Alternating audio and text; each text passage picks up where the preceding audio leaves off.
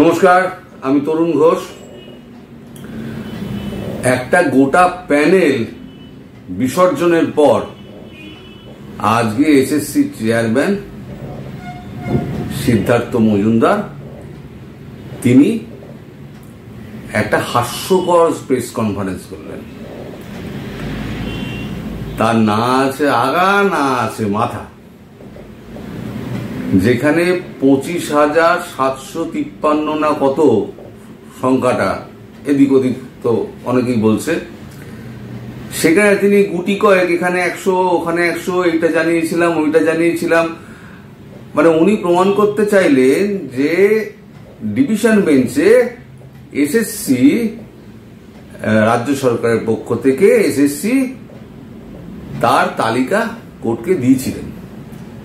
কিরাম তালিকা দিয়েছিলেন যে এখানে ওএমআর শিট এই 53 জন, এটা গড়বড় আছে, ওখানে 117 জন, এই করে করে যদি আপনি যোগ করেন তাহলে যোগফল দাঁড়াবে, খুব বেশি হলে 1000-2500 হয়তো সংখ্যাটা দাঁড়াবে, যেখানে উনি গন্ডগোলের কথা বলছেন। আর যেটা টোটাল প্যানেল বিসর্জন গেছে এই 25,750 জন মতো। তাহলে এই তো সমুদ্রে এক ঘটি জল ঢালার মতো অবস্থা।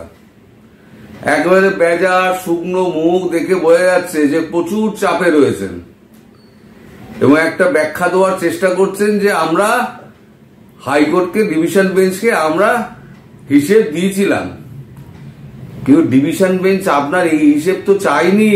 ডিভিশন বেঞ্চ বারবার আপনাকে বলেছে, এসএসসি কে বলেছে, মাধ্যমিক পর্ষদকে বলেছে, যে রাজ্য সরকারকেও, যে আসল চাকরি যারা সৎভাবে চাকরি পেয়েছে, সফলভাবে, সফল হয়ে, উত্তীর্ণ হয়ে, তাদের সংখ্যাটা বলুন। তাদের সংখ্যা কিন্তু উনি বলতে পারছেন না। এবার তাদের সংখ্যাটা আজও কিন্তু উনি বললেন না। উনি কিছু ফিগার দিলেন, হাইয়েস্ট হচ্ছে 700, তারপরে 100, তারপর কোথাও 13, কোথাও 17, কোথাও 53, কোথাও 200, এইরকম কতগুলো ফিগার দিয়ে উনি একটা নিজের অবস্থান একটা স্পষ্ট করতে চাইছিলেন যে আমি এসএসসির পক্ষ থেকে আমি ডিভিশন বেঞ্চকে জানিয়েছিলাম তথ্য বিভিন্ন তারিখে।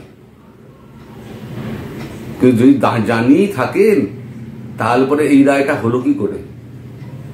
এই ব্যর্থতার দায় তো আপনাকে নিতেই হবে। বেজার মুখে আপনি যাই এখন বলুন না কেন, কেউ শুনবে না।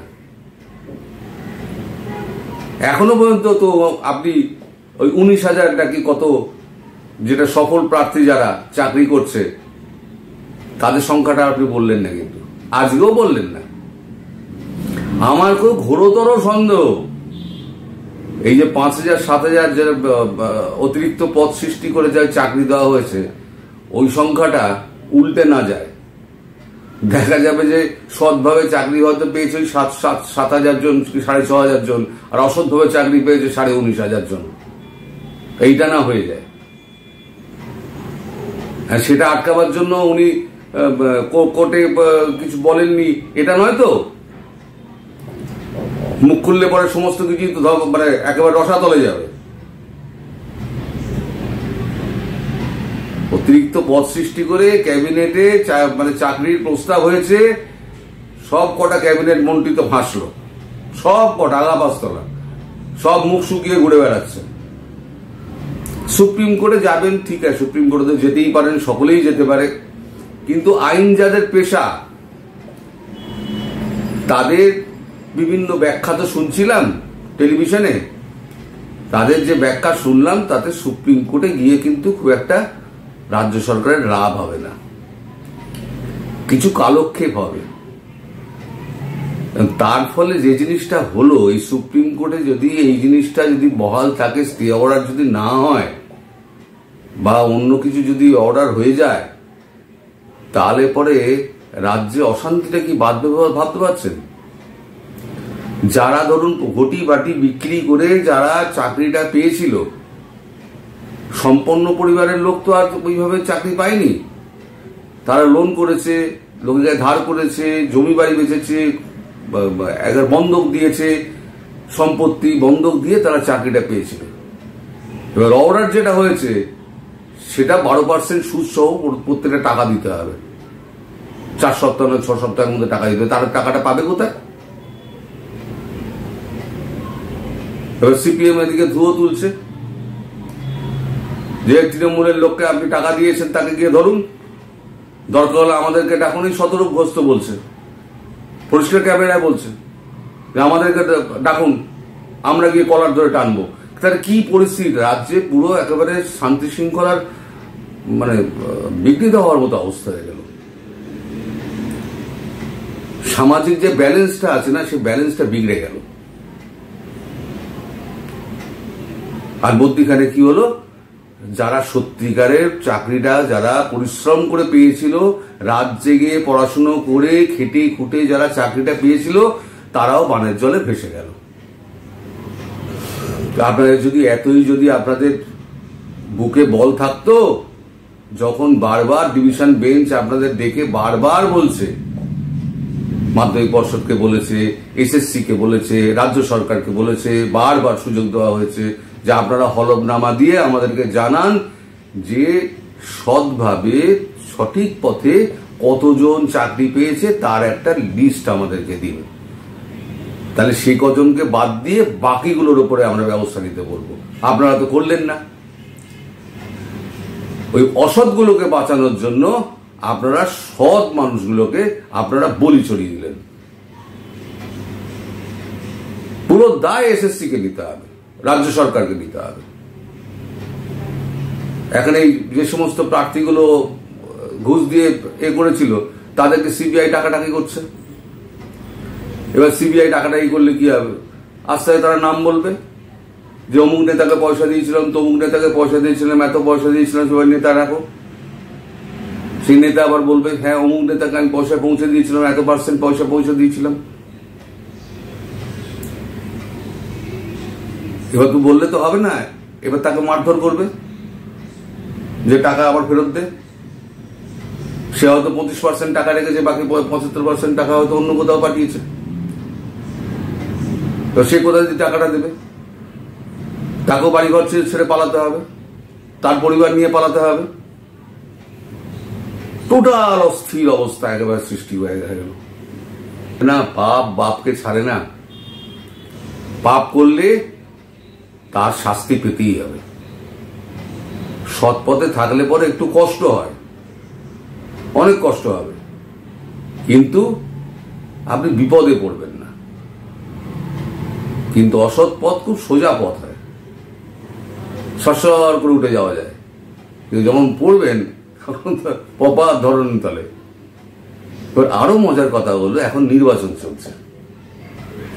এই যে নির্বাচনের কাজে সব ভোট কর্মী হিসেবে এদেরকে নাম ট্রেনিং এর ব্যবস্থা করা হয়েছিল। এই যে 25,000 লোক এই যে বাদ চলে গেল, পুরো ভোট প্রক্রিয়ার উপর কতটা চাপ পড়বে সেটা একবার ভেবে দেখুন। পুরো নির্বাচন প্রক্রিয়াটার উপর চাপ পড়ে যাবে। আমি জানি না শেষ পর্যন্ত এটা গিয়ে কোথায় দাঁড়াবে, তবে খুব একটা ভালো দিন সামনে আসছে না, খুব খারাপ দিন সামনে আসছে। এখন খুব সতর্ক হয়ে থাকতে হবে। আপনারা যারা সৎভাবে চাকরি পেয়েছেন, পরিশ্রম করে চাকরি পেয়েছেন, তারা জানবেন আপনারা কোনো উল্টোপাল্টা ডিসিশন কখনো নেবেন না। আপনারা জানবেন সাময়িকভাবে হয়তো আপনাদের উপরে দুর্গতির খাড়া নেমে এসছে, কিন্তু কালো মেঘ কেটে যাবে, সততার জয় হবে। আপনারা একেবারে ভেঙে পড়বেন না। ওপরে ভগবান আছে।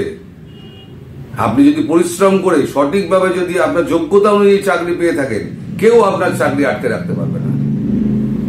হ্যাঁ, সাময়িকভাবে আপনি কোনো অসুবিধার মধ্যে পড়েছেন, নিশ্চয়ই আপনার বাড়ির লোন আছে, আপনার গাড়ির লোন আছে, আপনার অন্যান্য সামাজিক দায়বদ্ধতা আছে, সেগুলো থাকবে। সেগুলো ওভারকাম আপনাকে করতে হবে দৃঢ়তার সঙ্গে, এবং মানে খুব মানসিক জোর নিয়ে আপনারা সেই জোরটা রাখুন। নিশ্চিতভাবে আপনাদের ব্যবস্থা হবে। আর যারা অসৎভাবে করেছেন তাদের পাশে তো কেউ দাঁড়াবে না ভাই, কারণ আপনারা অসৎভাবে চাকরিটা পেয়েছেন বলে আজকে ওই ছেলেগুলো 3 বছর ধরে রাস্তায় পড়ে রয়েছে, 3টে বছর ধরে। তাদের কথা কিন্তু আপনারা ভাবেননি। আপনারা পয়সা দিয়েছেন, চাকরি নিয়ে নিয়েছেন, তাদের কথা ভাবেননি। এখন আপনাদের কথাও কেউ ভাববে না। যাই হোক, আমার ভিডিওটা করার একটাই অর্থ, সেটা হচ্ছে হাস্যকর ব্যাখ্যা দেখে আমি নিজে খুব অবাক হয়ে গিয়েছি যে ডিফেন্ড করতে না পেরে কিছু সাংবাদিককে ডেকে কিছু কথা ছড়িয়ে দেওয়ার যে অপচেষ্টা, সেটা এসএসসির যে পুরোহিত মশাই, এই পুরোহিত মশাই জলে গেছেন। এতে কোনো লাভ হবে না। ভিডিওটা এখানেই শেষ করছি। সবাই ভালো থাকবেন, সুস্থ থাকবেন এবং সাবধানে থাকবেন। নমস্কার।